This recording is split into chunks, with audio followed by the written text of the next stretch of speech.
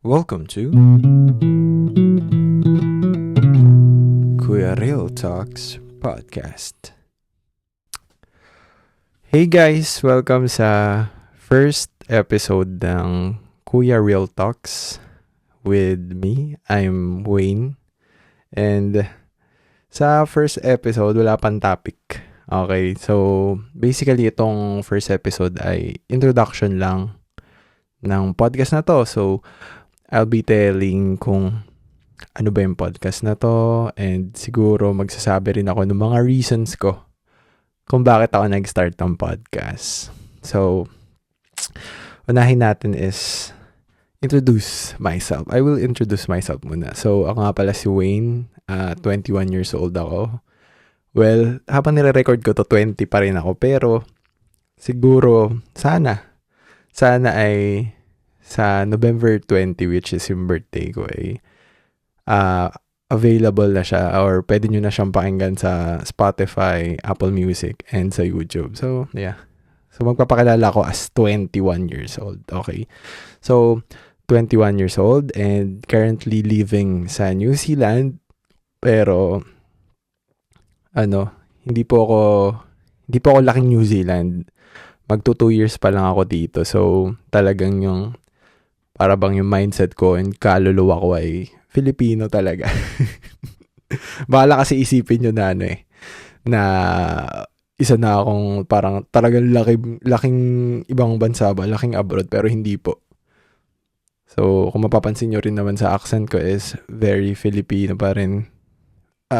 Doon na tayo sa kung ano nga ba yung podcast na to. So, I named this podcast na Kuya Real Talks kasi first is yung real talk. So, yun lang. Parang medyo seryosohan na topic ang mga pag-uusapan pero hindi naman ako sobrang seryoso. Ano rin naman. Medyo fun din. Pero light lang. Pero siguro sometimes magiging heavy yung mga topic. Depende kung anong topic ang mapag-usapan. So, yun yung real talk. Kaya real talks. Tapos kuya. Kasi this podcast will be all about coming of age, adulting. And ayun. So, yun na. Dahil 21 na ako, siguro sa pagka-upload nito, ay yun na nga, talagang official na adult na talaga ako, guys. Parang, di ba, pag 18 kasi, legal ka na. Okay, pwede ka na, basta marami ka nang pwedeng gawin as 18 years old. Pero you're still in the teenage years. Nandun ka pa rin sa bracket na yun, na teen. Unlike na kapag 21, which is debut daw ng mga lalaki. So, yun talaga yung nila, coming of age. Adulting year talaga nila yung 21. Sabi, yun lang yung yun ata. Pero, dahil nga, ayun, 21, so sakto talaga na yung podcast na to is about coming of age tapos kate 21 ko lang. So ayun. Tapos, okay, so coming of age. So, all about life, relationships, okay, love. Tapos, I'll be talking about siguro work and syempre studies. So, yun. Doon ikot mostly yung podcast ko. O si Kuya Real Talks, doon iikot. So, siguro sometimes din, kapag mayroong mga napapanahong mga issues sa social media, is pwede rin nating isama sa podcast na to as long as related pa rin sa life. Pero feeling ko naman kasi generally, all about life to eh. So, yan. Pwede rin kayo mag-comment, guys. Wow. Mayroon ng listeners pala. Pwede rin kayo mag-comment kung ano yung mga magandang topics. Okay. So, sana maging sana maging discipline ako sa pagpo-post din sa TikTok. Kasi plano ko rin na i-post tong podcast sa TikTok pero hindi yung buong podcast. So, snippets, ganun. So, siguro doon ako makikipag-interact sa mga makikinig kung meron man. Kung meron man makikinig, guys, makinig kayo. Doon ako makipag-interact. So, doon kayo pwede magbigay ng comments. And siguro, di ba, sa YouTube din, i-upload ko rin kasi to sa YouTube. So, pwede rin kayo doon. Pwede rin doon kayo mag-comment, makipag-interact sa akin. And dahil nga, ito rin yung first podcast, so hindi ko rin super sure kung sobrang ayos ba nung audio or tsaka yung sa camera, kung kung papanoorin nyo to sa YouTube. So, pwede rin kayo magbigay ng comments kung ayos ba yung studio ko dito. So, guys, kwarto ko lang to ha. And mga kung ano-anong ilaw lang nilagay ko dyan. So, comment din guys. So, feel free naman. Open naman po ako sa mga criticism and suggestions kung meron man. Tapos sa audio lalo. Because alam ko kung meron sa inyo na talagang nakikinig ng podcast and very siguro technical sa audio is isa talaga yung quality ng audio sa pinakang isa yung quality ng audio sa dapat lalaanan ng pansin. Yun na lang. Isa sa yung audio sa importante kasi podcast it's all about talking. So, dapat maganda yung audio. So, pwede rin kayo mag-comment guys kung masyado bang mahina or there's too much noise or kung malakas ba, pwede. Okay. First podcast naman. So, guys, pagbigyan nyo ako na this is just me warming up to the setup and to the world of podcast. So, okay, masyadong harsh. Joke. Okay. So, bakit ako nag-start ng podcast? So, bago ko sagutin yun is, I'll be telling muna the story on how I am introduced to the podcast world. So, back in senior high school, okay, which was 2019, I think. Yeah, 2019 yun. Familiar na ako sa podcast. Okay, nakikita ko na siya sa Twitter, sa YouTube. I don't have Spotify yet nung mga panahon na yun. Pero yeah, YouTube, Facebook din ata. YouTube, Facebook, Twitter, yan. Doon ko nakikita yung podcast.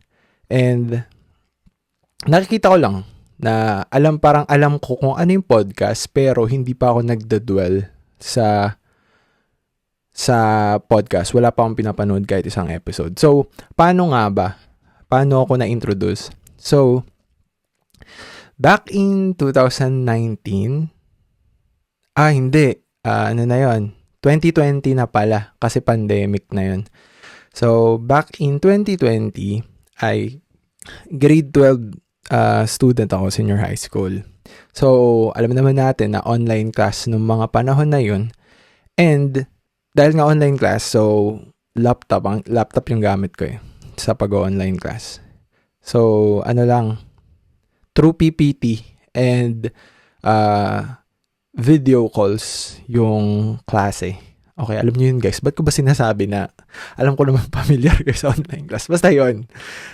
Then, kapag nag-lesson kasi yung teacher is, ang ginagawa ko ay, ini-screenshot ko yung bawat slide. Okay? Kasi, syempre, ang hirap mag-notes ng sobrang bilis. So, habang ini-screenshot ko yung slides, ay nagsusulat ako sa yellow pad. Doon ako nagno-notes. Pero scratch notes lang siya. Kasi mabilisan. Tapos hindi naman ako ganun kagandahan magsulat. So, scratch notes lang. Then, after ng class, siguro, basta yan, after ng class or later that day, is nire-rewrite ko yung notes ko. Then, ang ginagawa ko ay, kinukuha ko yung parang main na notebook ko sa subject na yon. Tapos, titingnan ko yung mga in-screenshot ko na PPT. Tapos, yung scratch notes ko. So, pinagsasama ko sila, ganyan. Now, habang nagda-notes ako, ay, medyo nabubore. Okay, nabubore ako. Kasi medyo matagal din. Kasi, for example, 3 subjects yung araw na yun. So, 3 notes yung gagawin ko. And, Medyo, kasi ako, medyo, meron ba akong, hindi lang ako basta nagno-notes na kung ano yung nakalagay sa PPT, tapos lagay sa notes. Medyo, meron pa akong mga nilalagay na words and ganyan. Minsan nagdo-drawing pa. So, medyo matagal ako mag-notes. Tapos, yun nga, nabobore ako. So, dahil sa boredom, ay, nag-start ako na makinig sa mga songs. So, kasi pag nagno-notes ka naman, hindi ka naman masyado nag-iisip more on copy and paste. Yung parang ganong copy and paste ka lang talaga. Tapos medyo, yun nga, may mga ina-add. Ganun lang yung ginagawa ko. So, music. So, yan. So, for quite some time, okay ako dun sa mga songs. Kaso, dumating sa punto na, paulit-ulit na talagang ganda. I mean, parang medyo naririndi na ako kasi, yun na lang din. So, naghanap ako. Sabi ko, ano kayang magandang gawin? Ano magandang gawin? Ano magandang pakinggan? So, nag-move naman ako sa lo-fi music. Yung mga background lang, walang lyrics. So, yun. Medyo din ako kasi soothing siya, calming, ganyan. Kaso, yun nga rin, nabore uli ako. Ang bilis ko parang mabore na tao. Nabore uli ako sa lo-fi music. Tsaka, medyo nakakaantok siya.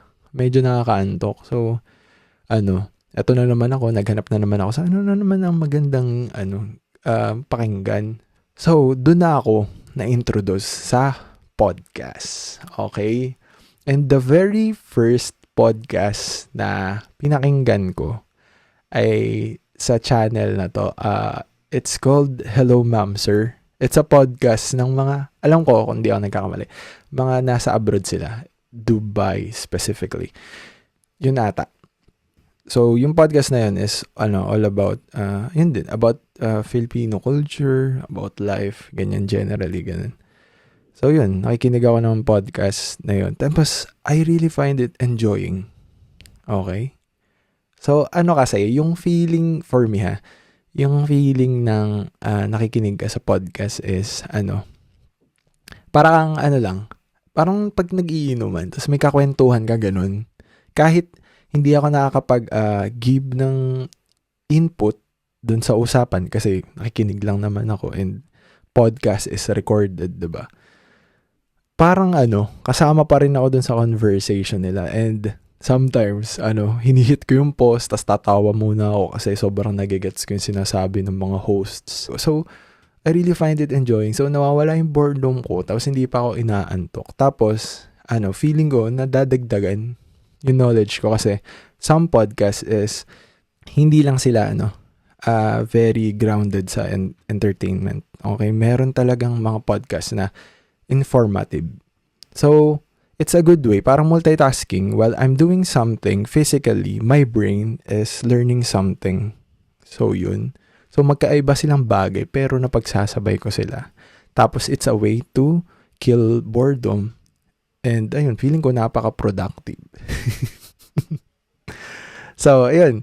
So, 2020, ganun lang basically yung buhay ko. Nag-aaral. Tapos, yun nga, pag nagna-notes, nakikinig sa podcast.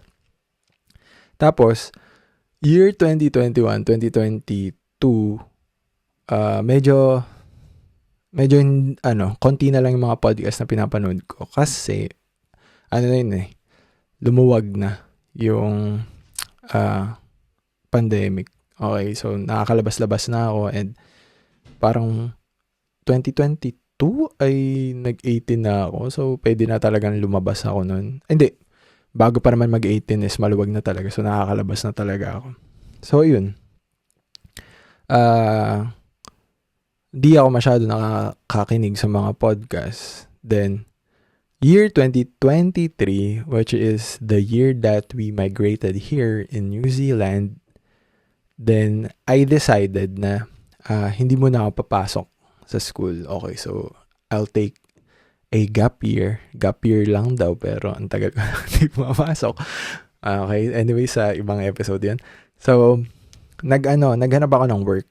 And itong cousin ko, nagtatrabaho din siya and pinasok niya ako dun sa company na pinagwe-workan niya.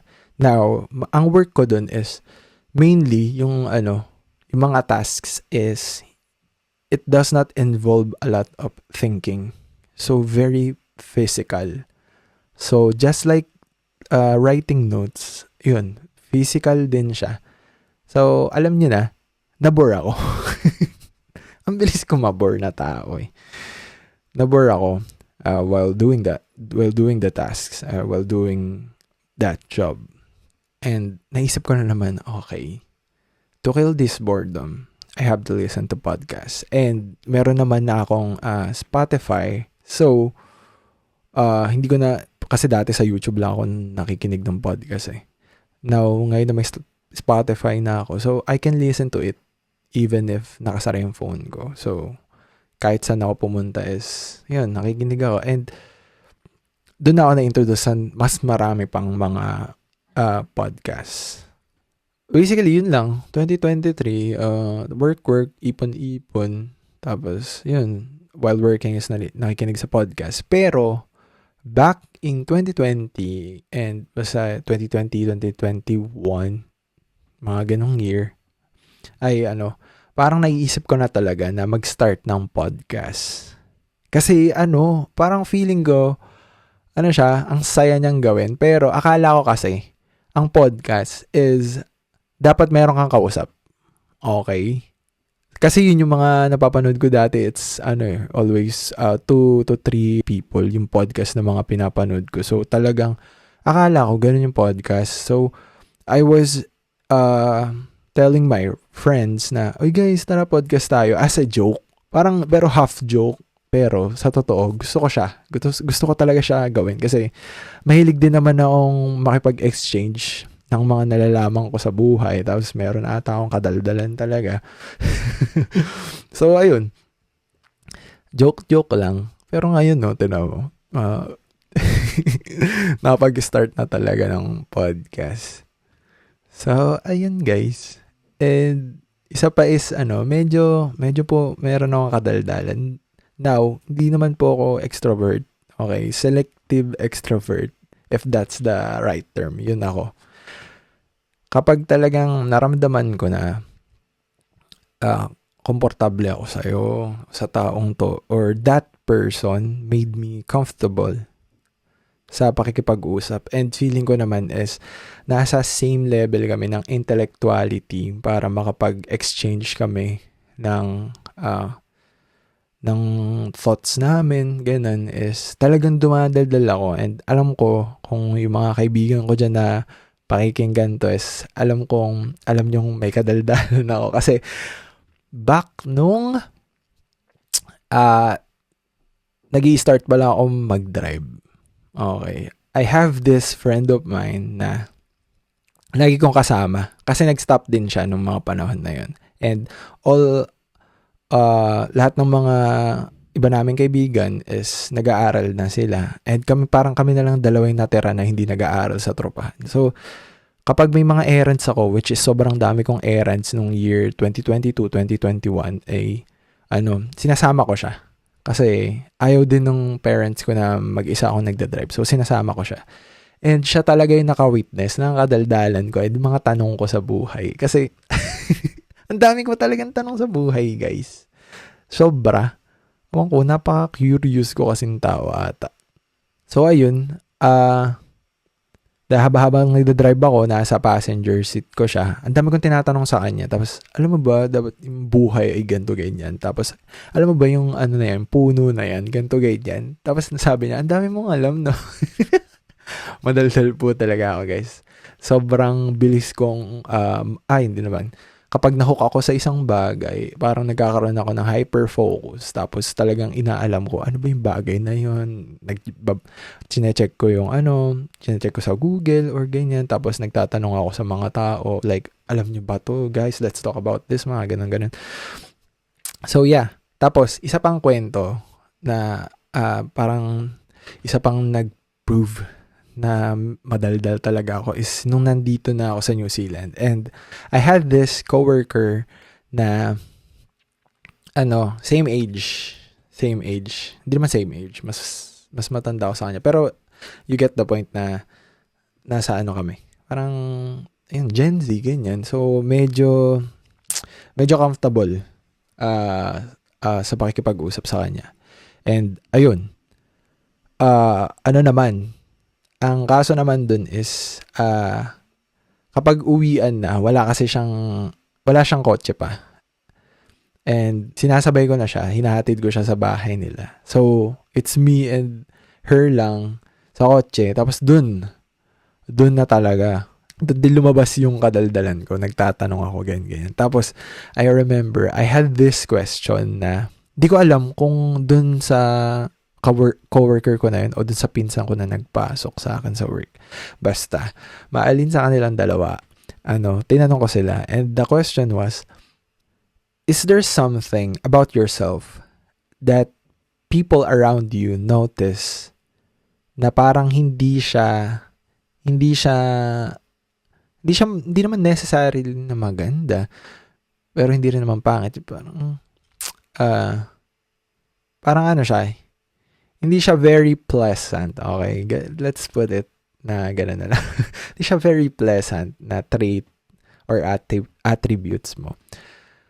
Na notice nila, tapos sinasabi nila sa'yo, pero kahit na-notice at sinabi nila sa'yo, ay hindi mo gustong baguhin. So, nagsagot sila, pero alam ko, it took some time bago sila sumagot.